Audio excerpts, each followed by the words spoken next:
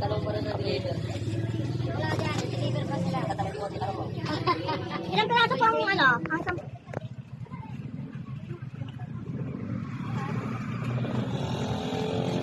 Ay, meron yan. Sabi tayo ay bawal.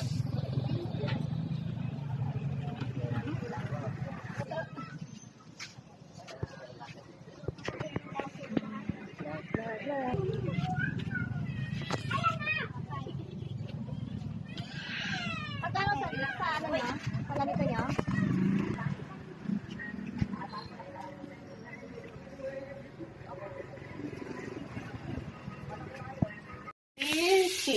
This is we call Dompilas in Batangas. This one I will make a fish Shanghai. Any kind of fish you can use in making, but this one I will use because it's the season fish as of now, the cheapest.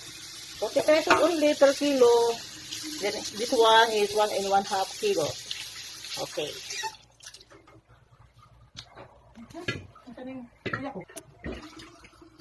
And then I will use some ginger.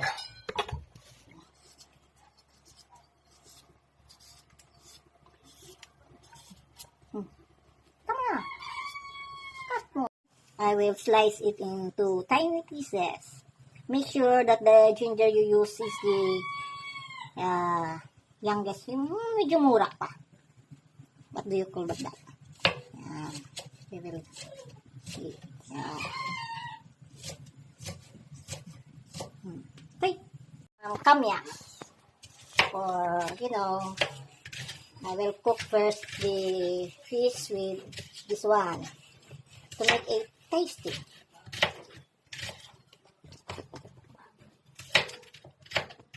Okay.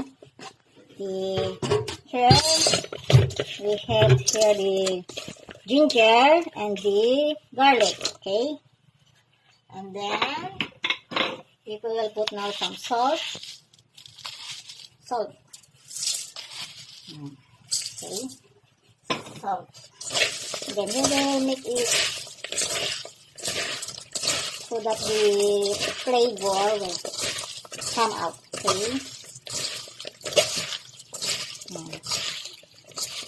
And then this was the three ingredients: ginger, the garlic, and kamyas. What do you call by kamyas?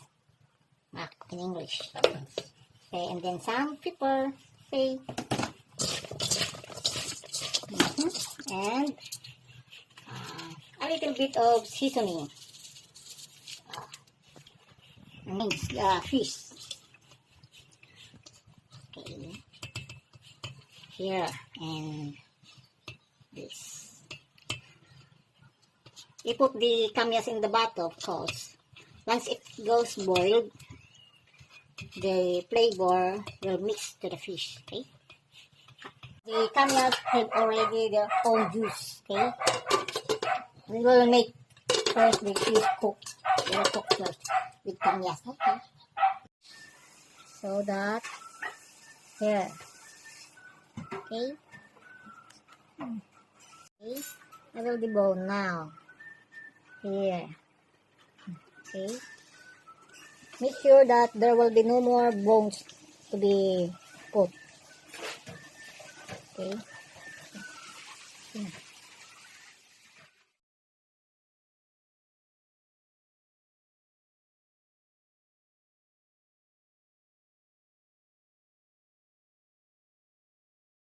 Cut the stalk of the celery. Bakit kailangan lagyan ng celery? Anong purpose? For the flavor. Extra delicious flavor. Flavoring. Para mawala ang lansa. Isda. Hindi lang basta isda. Okay? This one. Celery. Tapos may kenchay. Anong purpose ng kenchay? Another flavor. Unique flavor.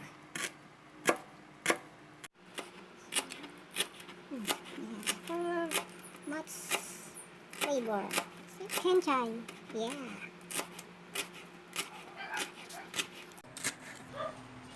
Shredded carrots. Yes. shredded potatoes. We will just mix all ingredients. This one is the ginger and the onion. Okay. This one is the kimchi, celery, salt, and then carrots,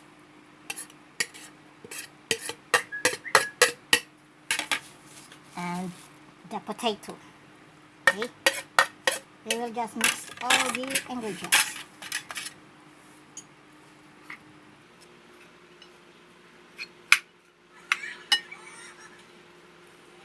Yes.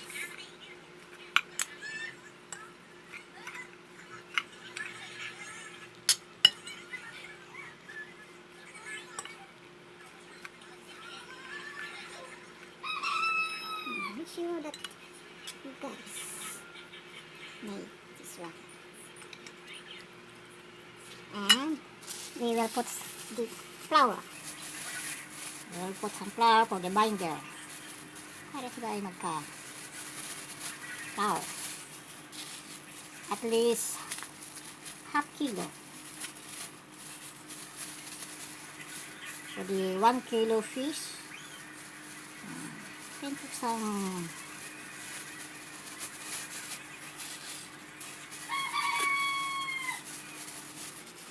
okay.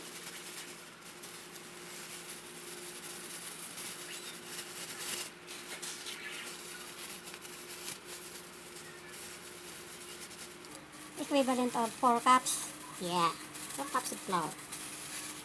You can. Now we will mix.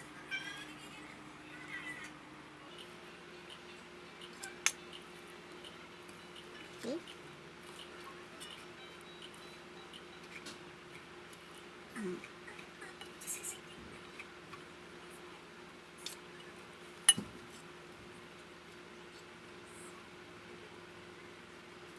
Kasi naping bawal na pwedeng pagkahan. Okay, cut mo na. Now the eggs. At least 3 eggs. Okay.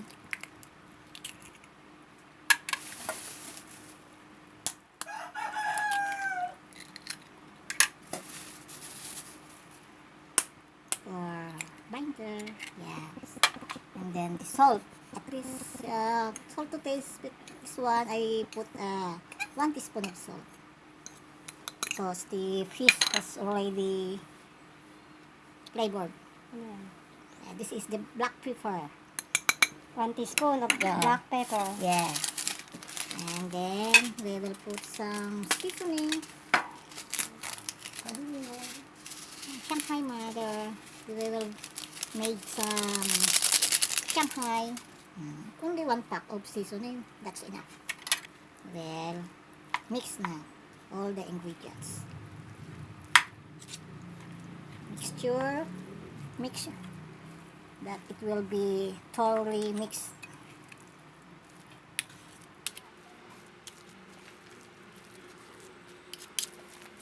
Okay. See? Ready for wrapping. Now, Wow, looks yummy.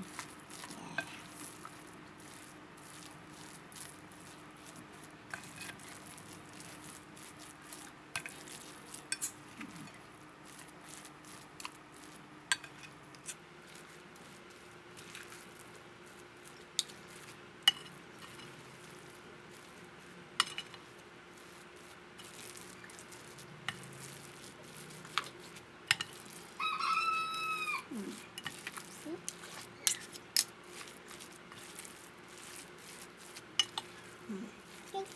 It's already fully mixed. We will wrap it now. Okay. Okay. Get some. Yeah. Only 1 teaspoon. Yeah. Okay.